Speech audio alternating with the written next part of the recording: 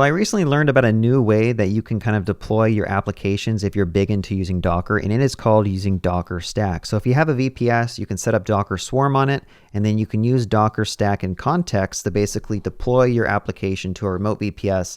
And I find it a little bit easier than just SSHing into the machine and then like git cloning and then having to do an npm install and running all this stuff.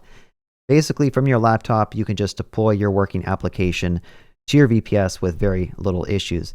Now I'm going to walk you through how you can get an entire application. I have an Express application, super basic hello world, but this is all deployed behind HTTPS. We have a custom subdomain.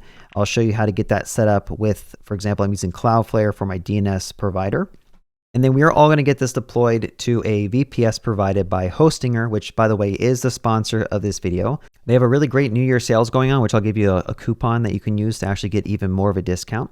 I've used Hostinger on a couple of other sponsor videos as well. I think their user interface is great, and so far their services and their VPSs have worked pretty well for my needs. So definitely I'll walk you through how to get this all set up, and we will get a fully working application in no time. And I will be kind of walking you through with a high-level diagram of like how all this stuff is set up so you have a better understanding. So let's just jump into it, and I think you guys will learn something new using this approach. So the first thing we probably need to do is get started with a VPS. So if you go to Hostinger and then go to Hosting, they have a VPS hosting section. And if you scroll down a little bit, you will see all the options they provide. So in this tutorial, we're going to be using the KVM2, which is the most popular plan. It has 2 CPUs on it, and it has 8 gigabytes of RAM and 8 terabytes of bandwidth, which is more than enough to host your applications and have a decent amount of users using. So if you want to get started with this tutorial, let's just go ahead and choose this plan. Now the biggest discount is going to be if you buy 24 months up front. So you're going to save a decent amount of money. It's going to be $6 a month for your entire VPS for 2 years. So if you wanted to do that, you can go ahead and continue through. It's always nice to have a VPS just set up that you can SSH to and play around, and you can reset it as needed. If you were to go ahead and click continue, you can enter in your billing information, but the most important part is if you want to use the coupon code, make sure you type in WebDevCody, which will give you an additional 10% off. So do not forget to type in the code WebDevCody if you want to get additional discounts. So I'm going to walk you through how you can set up a new VPS here. You can basically pick whatever location that you want. They have various locations across the globe. I'll just stick with United States because that's where I live. And then we want to use Ubuntu. There's a bunch of different built-in operating systems they'll provide you, but we want to use Ubuntu. I'll use the latest version, okay? Then we'll click next. You can set a root password here. I'd probably recommend just generating one and writing that down somewhere. But I would also recommend that you add an SSH key, which I will show you in just a bit. So let's just go ahead and generate a password here. And then you can go ahead and enable some additional features like a malware scanner if you want. I'm gonna go ahead and just not enable that one. And I'll click next. And once you have the VPS set up, you can actually go and manage it over here. If you go to VPSs, you should be able to see your VPS. I actually have 2 running VPSs, and we want to click on this one. And that'll take you to your dashboard where you can kind of see information about your VPS, what the operating system is. You can modify the SSH access. You can get the plan details. One thing that I think is really important to point out is that at any point, if you decide you want to just, blow away your VPS and start fresh, go to the operating systems panel.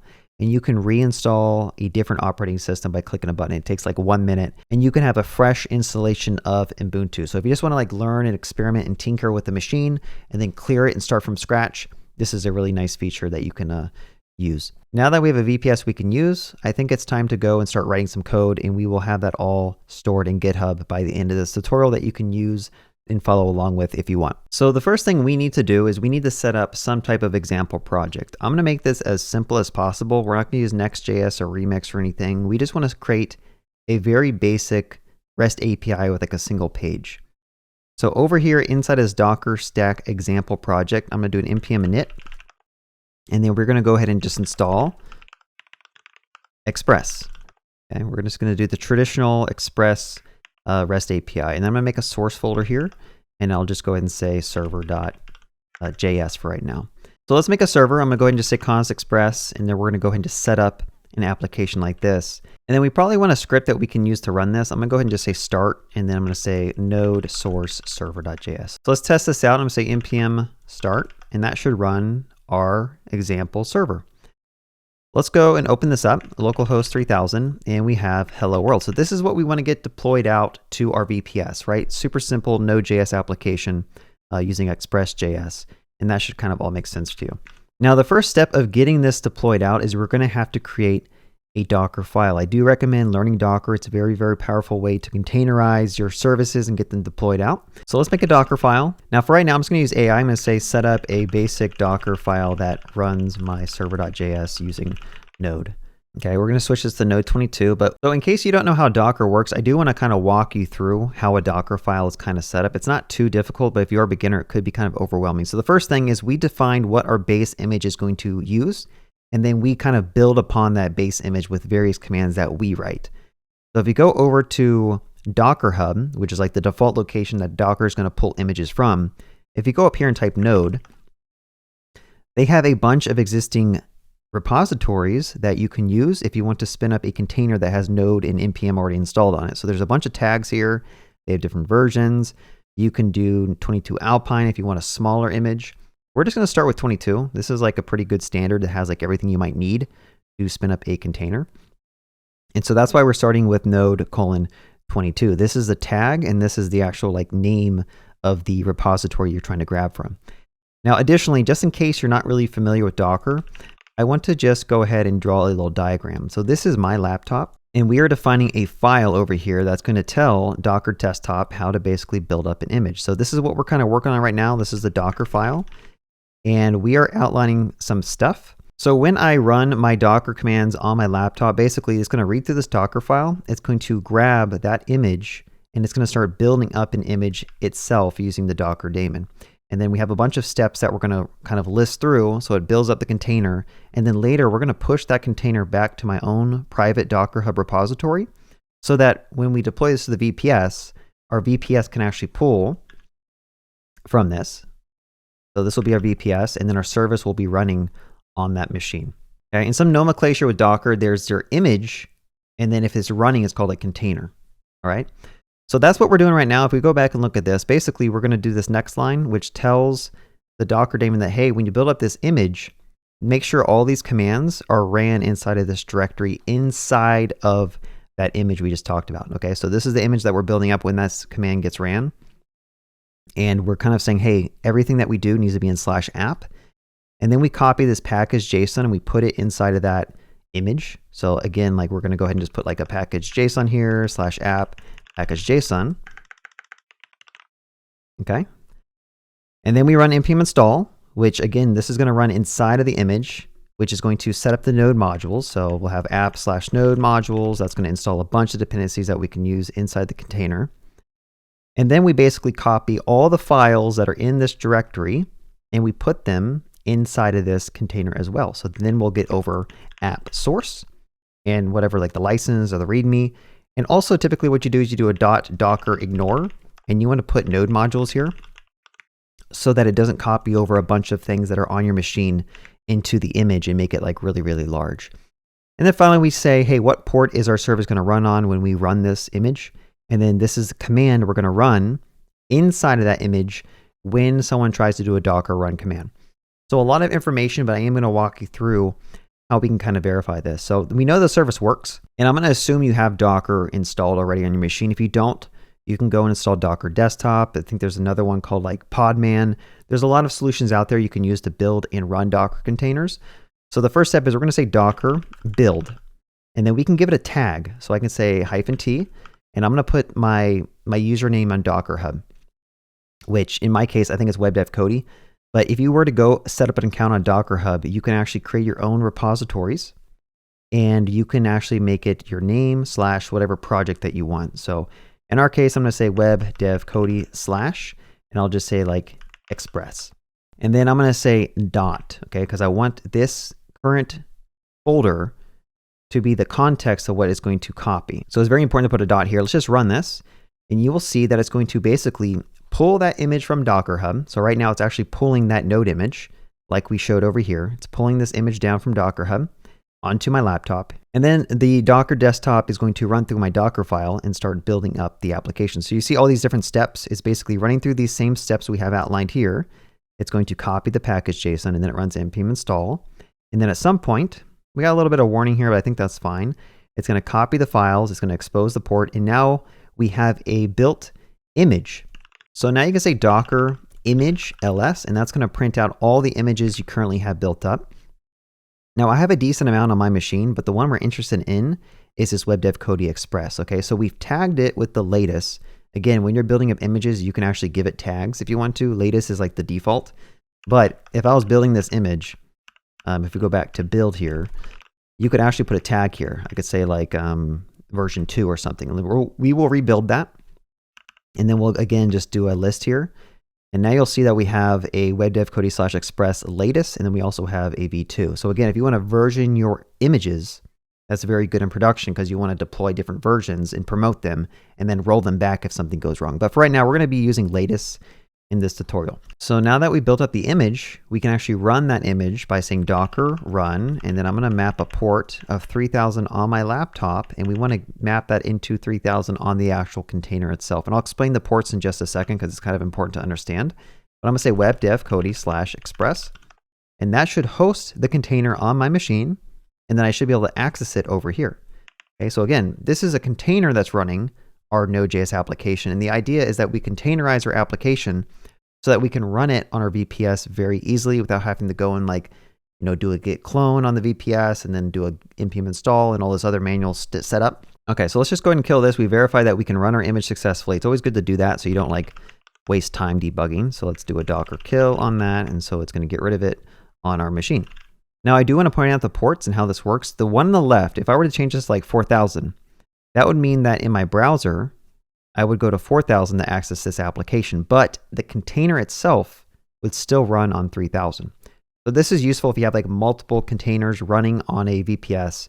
You want them to use different ports, but then you can actually map those ports to different ports on the machine so that you can actually have more flexibility of how you kind of map those up. So at this point, we are now ready to deploy our little Express.js application to our Hostinger VPS. Now, the first thing I would recommend doing is creating an SSH key. You can use an SSH password if you want to, but I would just recommend using a key.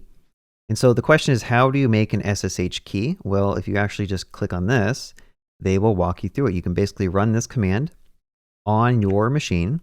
So I'm just going to run this command. I'm not going to do the email because that doesn't matter. And I'm going to do it right here in this directory for right now. So just run this. And it's going to ask us, where do you want to save this? I'm just going to go ahead and put it right here in this directory. So I'm going to say Hostinger key. Doesn't really matter what you name it. And then I'm going to say enter for all the defaults. So we don't need a passphrase or anything else. So now we should have, if we were to look over here, we have a Hostinger key and then a public key. Obviously you want to ignore those. And then probably Hostinger, we can just do this and put a star here. And so those will just be ignored. You could probably also move them to a .ssh folder inside of your directory if you want to. Or you could just use like a top level project key. Again, just make sure you're ignoring those because if you commit those, anyone can get into your server and do some damage. So we want to open up the public key. So notice the .pub, this is public, and we can grab that whole key, go back to Hostinger, put it in here, and I'll just say my laptop, and I will save this. Okay, give it some time. It's going to put that key on the machine, and then you should be able to SSH into this machine. So now that we've created these keys here, I'm going to go ahead and just do an SSH add, and then we want to add that private key to our local running SSH agent, and that should allow us to create a context so that we can actually just automatically connect to that VPS without having to think even further about that using the key. So let's test that out. If we go back to IP address, we can grab this IP right here. And then we are going to just try it. I'm going to say SSH-I, and then you're going to put that location to that key. In this case, you want the private key. So that would be the one without the .pub. And then you're going to say root at, and then the IP address. It's going to ask you, are you sure you want to connect? I'm going to say yes. And then if you see it print out root and then your server host name, you are now SSH into your VPS, which is pretty good. Now, the first thing you want to do is just check, do you have Docker installed? By default, it doesn't seem like Ubuntu has Docker, right? So what I would recommend doing is go to the official Docker site, and you can kind of follow this guide to get this installed. I'm going to go ahead and just follow the apt guide here and paste that all in. And that should set up the proper repositories and registries so that it knows how to grab the latest version of Docker on your VPS. Okay, that's all done. And what we're going to do is scroll down a little bit, and we're going to go ahead and just run this command. That'll install Docker after you say yes and a bunch of other dependencies that are needed to get it running. And then finally, you can just run this docker run hello world to verify everything seems like it's going well on the machine. Okay, and it pulled the image and then it printed this out. So we know Docker is now working fine on this image. We can actually get out of the SSH. Now that Docker is installed, the second thing we want to do is we want to say Docker swarm init. So Docker swarm is a tool that you can put on your VPSs to basically allow you to do a lot of the automation. For example, you can have like rolling releases that's built into Docker swarm. It's a very cool tool. I'm not going to go into too much detail about how it works, but you could probably use Swarm to manage your entire system if you wanted to. So what Docker Swarm init is doing is it's basically setting up this VPS to be part of a cluster of machines, and you can kind of join these machines together. In our case, we just want a single Swarm instance on a single VPS, but you can see down here, you can actually have different VPSs kind of joined together, which means you can kind of like spin up images and tear them down as needed on your actual swarm. But now that we have both Docker installed and Swarm installed on this machine, we can actually just type in exit to go back to our laptop. Okay, so now we're on our laptop and we need to start running remote commands on that VPS. Before we do that, let's look at a high-level overview of what we're trying to do in case you guys are confused. We have this VPS set up. We have the Docker daemon running on that VPS. We created a Swarm instance, and now we're trying to, from our laptop, we want to create a context. So I'll just go ahead and say like Docker context create. And what this is going to allow us to do is we can create a context that we can switch to whenever we want to quickly just run Docker commands on this remote VPS. So going back over to our terminal, let's paste in this command. So Docker context create hostinger. And then I'm going to go ahead and pass in the Docker host location. So I'm going to do that SSH://root and then the IP address. And because we just did an SSH add, it should automatically be able to connect to that remote machine. And then I can basically say Docker context use, and I'll say hostinger, and that'll switch my context on my laptop to use that new context that we set up. So now I'm going to say Docker PS, and this is going to run the command on the VPS. It's not going to run it on my laptop. This is actually using the SSH key to run those commands on a remote server, which is pretty nice because you can actually have like a bunch of different contexts set up, and then you can easily switch between them to manage different running applications on different servers if you want to. So now what we want to do is create a Docker Compose file. So let's say Docker Compose YAML. Docker Compose is like another tool you can use to spin up a bunch of different machines and just run them in one command on a remote server. So let's just create a basic one here. I'll say create a basic Docker Compose file that runs my web dev code/express image that is built locally. So there is one thing I want to change with this Docker Compose. Instead of it trying to build up the image, I want to have it load the image that we're going to publish to Docker Hub like we have outlined over here, right? We want to be able to build an image and push it to Docker Hub so that our VPS can actually grab from it. And if you have multiple VPSs, you kind of want a centralized repository that's going to host all your images. So in our case, we're going to use Docker Hub. So let's go to Docker Hub. And I'm going to make a new repository. And we're going to call this Express. And then we are going to go ahead and just create it. Okay. And so we can tag and push. So we've already built the image. So I'm going to go ahead and just push it like this. And then from my local machine, again, remember the context. We are currently using the remote context. I'm going to say Docker context use, and I'll say default. That'll take us back to our laptop. We can go ahead and push that tag to say latest to our remote repository. And that's going to push it up to Docker Hub in just a second. It'll take a little bit of time. Now, I just realized when I built this image, I don't think I told it to work with Linux. Right now I'm building on my laptop, which is Mac, and there's going to be compatibility issues. So what I'm going to do is I'm going to say Docker build, and then I'm going to go ahead and paste in this flag, platform Linux AMD 64, so that it'll work on the VPS that we're trying to deploy to. Let's just build this one more time using the proper platform, and then we can go ahead and just repush it real quick, and that'll push up to the Docker Hub like we did before. Let's just refresh it again and make sure it says there was something pushed a few seconds ago. Okay, and if you go back here and just refresh the page, you should see that latest image show up now. Again, we did this so that our VPS can just pull it down when we run our stack. All right, so let's switch back to the context. So I'll say context use, and we'll say hostinger, and that'll switch back to that VPS's context. So now we want to deploy a stack. So Docker Stack is like a tool you can use to deploy multiple running images using a Docker Compose file. It's very useful. So if you go ahead and just run docker stack deploy and point it to your YAML file, which should be locally in your laptop, that is going to go ahead and try to run this Docker Compose file. And since we have the image of WebDev Kodi Express, that's going to reach out the Docker Hub. It's going to pull it in like we have outlined here. So that's going to go ahead and pull in that image onto this VPS, and then it's going to run our application, hopefully. So if everything goes well, let's just go ahead and run this. And you should see it basically spin up a network and then also spin up our service. And so if we go over here and just refresh the page, you'll see that our application is actually now running over on that VPS. Now, some other commands you should probably learn. There's docker stack ls, which is going to print out what stacks you have running. And then inside that stack, you have various services. So if you want to list the services that are part of that stack, you can run this. You can see that we have one out of running with this image. And here's the port mapping. And then if you want to actually view the logs, I don't think we actually have logs in this case. Well, I guess we do. You can actually view the logs of that running web application over here. So you can see it did start on port 3000 and we can kind of view it. So this is great, but it'd be nice if we actually had like a subdomain that pointed to this instead of people having to go an IP address. And also this is over HTTP, so it's not really secure. So the first thing I'm going to do is I'm going to go to Cloudflare. That's kind of where I manage my DNS records for webdevkodi.com. I want to add a new record, and we're just going to go ahead and do an A record here.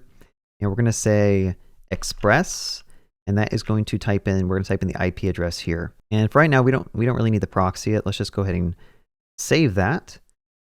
And then that should point my express.webdevkodi.com to this service whenever the DNS propagates. So give that a little bit of time, and we should be able to go to express.webdevkodi.com, and that should hopefully load that page at some point.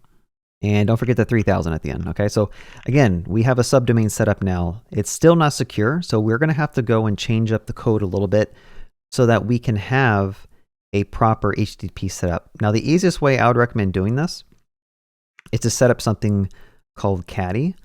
So let me just zoom out a little bit so I have some working space. I'm going to go ahead and say, please update my Docker Compose to use Caddy with the domain express.webdevkodi.com and point Caddy to that web service. All right, let's just go ahead and apply these changes. And we will also create a Caddy file over here. So Caddy file. We're going to go ahead and grab this code, paste it in. And then we should be able to basically redeploy our stack. Okay, so if we look at this Docker Compose, it's creating a Caddy service. And it's trying to mount a Caddy file, which would hopefully be on the machine, but we'd have to copy that Caddy file over, right? So this file, it needs to be copied over manually. So after modifying this Docker Compose to set up Caddy, you'll notice that there's a Caddy file that we're going to have to copy manually over to the VPS. So let's just do a secure copy. And we want to basically take that Caddy file, which is in our current directory, and we want to move it over to the root directory of our VPS. So let's just go ahead and run this. And that'll move that file over. And then we should be able to deploy our stack again. So you can just rerun docker stack and deploy that. And while that's getting set up, you can just go ahead and get the logs of your Caddy service. So you can say docker service logs my app Caddy. And hopefully this doesn't have any issues. Okay, this seems like it's all working well. There's no errors. And we go over here and we can just refresh this page. And now our app is working over HTTPS. So we have a secure application. It is deployed to our remote VPS. And then in the future, if you simply want to just deploy a new version, you could simply just build a new image, push it to the Docker Hub, and then rerun your Docker stack deploy, and that should grab the latest image and rerun it. Let me just go ahead and commit these changes real quick. I'll say commit files, and we will push this up. And by the way, everything that I did in this tutorial, it's in this repository. So go clone this if you want to kind of use the exact same files that I did in this tutorial. Now, there is a lot more to Docker and Docker Stack that I didn't cover in this video. So definitely go learn more about it, read up on it. And then, of course, just a quick little thanks to Hostinger for sponsoring this video. Go check out Hostinger if you want a VPS for an affordable rate. They have a great start of the year sale going on, like I mentioned at the start of this video. So go check them out. Have a good day and happy coding.